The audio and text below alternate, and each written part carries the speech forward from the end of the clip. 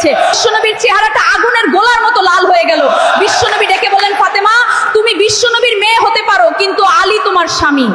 আলী যদি তোমার উপর নাখোশ থাকে, জান্নাতের দরজা তোমার জন্য খুলবে না। কোথায় গেছে আলী? কোথায়? বললেন যে মসজিদে নববীতে গেছে। বিশ্বনবী যেয়ে দেখলেন বালির উপরে আলী শুয়ে আছে। বিশ্বনবী মজা করে ডাক দিলেন, ইয়া আবা তুরাব, মানে হে বালির বাবা আলী, ওঠো। আলী উঠে না, রাগ করে আছে। বিশ্বনবী এদিক দিয়ে তাকায়, আলী ওই দিকে তাকায়। বিশ্বনবী যে বললেন, আলী রাগ করো না, ওঠো, তুমি আমার চাচাতো ভাই, আমার ঘরেই তো তুমি মানুষ হয়েছো। ঘাপটি মেরে হাতটা ধরে টান দিলেন। এরপর আলী উঠতে বাধ্য হলেন, ঘরে নিয়ে আসলেন। নিয়ে এসে বিশ্বনবী খাটের মাঝখানে শুলেন, ডান দিকে শোয়ালেন আলীকে, বাম দিকে শোয়ালেন ফাতেমাকে।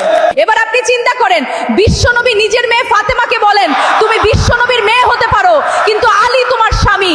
আলী যদি তোমার উপর নাখোশ থাকে, জান্নাতের দরজা তোমার জন্য খুলবে না। তাই আপনার স্বামীকে নাখোশ করে জান্নাতের দরজা বন্ধ করবেন না।